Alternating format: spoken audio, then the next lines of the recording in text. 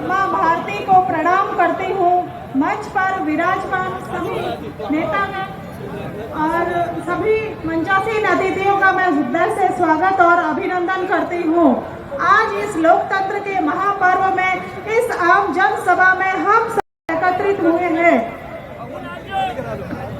Party के सभी प्रतिष्ठित और विशिष्ट अतिथियों और कार्यकर्ताओं तथा सामने उपस्थित जन सैलाब हमारे बाड़मेर की धरा पर आपका स्वागत और अभिनंदन। आज ऐसा लग रहा है कि इस राजनीतिक कार्यक्रम में हमारा एकजुट होना भारतीय लोकतंत्र के प्रति हमारी सच्ची आस्था को दर्शाता है। लोकतंत्र में जनता की संप्रभुता होती है। लोकतंत्र जनता की राय और अंतर आवाज होती है। लोकतंत्र में आम आदमी के वोट की कीमत कई गुना अधिक होती है। झूठे वादों से पाई गई सत्ता स्थायी नहीं होती है। केंद्र में भाजपा की जो सरकार आई और उन्होंने जो वादे किए वो सिर्फ वादे ही रह गए। उन्होंने कई वादे करके जनता को लुभाया और उनसे वोट लेने के प्रयास किए और वो अपने प्रयासों में सफल हो गई। उन्होंने खूब सारे वादे किए थे। काला धन वापस लाने की बात कही थी और लाखों नौकरियां देने की वादे किए थे। 15 लाख रुपए खातों में आने की बात कही थी। महंगाई से मुक्ति की बात कही थी।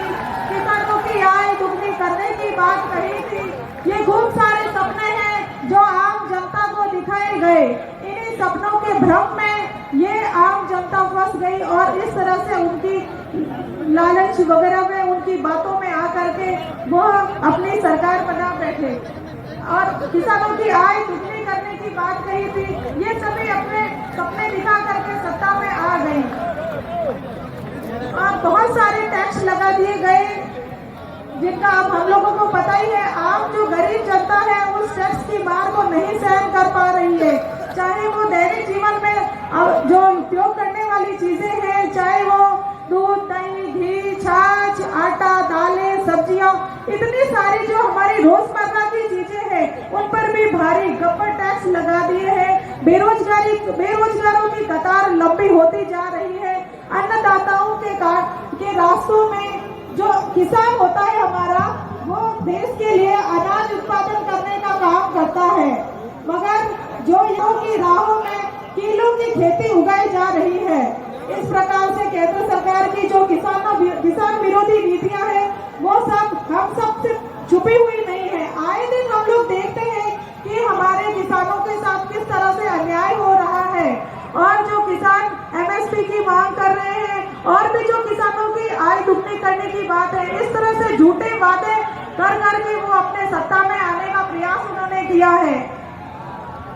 अब हम ड्राइवर भाइयों के लिए भी इस प्रकार के कानून बनाए हैं और उसका भी विरोध ड्राइवर भाइयों ने खूब किया है। तो अब हम लोगों को समझ जाना चाहिए कि कौन सी सरकार है जो हमारे बारे में सोचती है, आम जनता के बारे में सोचती है। कांग्रेस ही एक ऐसी पार्टी है जो आम गरीब मजदूर सामान्य लोगों की चिंता करती है, सोचती है।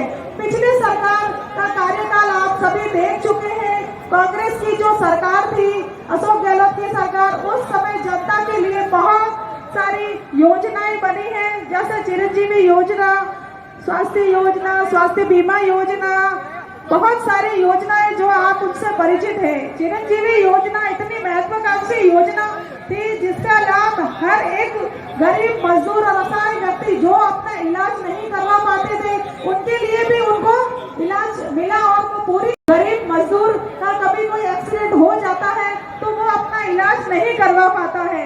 ऐसे कई सारे केस हैं जो हमने हमारे गांव में भी उन लोगों को फायदा दिलवाया है। ऐसी महत्वाकांक्षी योजना गरीबों के लिए जो हितैषी योजना है वो सारी मुख्यमंत्री जी द्वारा बनाई गई और आम जनता को कई सारी राहत मिली है। तो हम लोगों को देखना है कि कौन सी पार्टी है जो हम लोगों के लिए काम करेगी। तो हम लोगों को जाना चाहिए, हम लोगों को भ्रमित नहीं होना है। केजरीवाल को मत और समर्थन देने के लिए हम सभी यहाँ पर एकत्रित हुए हैं।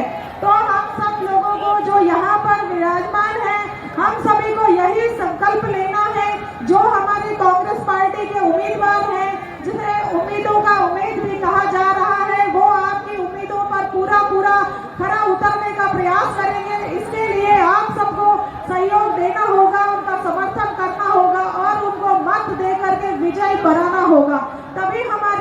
संभव है। इसके लिए हम लोगों को एकजुट होना होगा। धन्यवाद। धन्यवाद।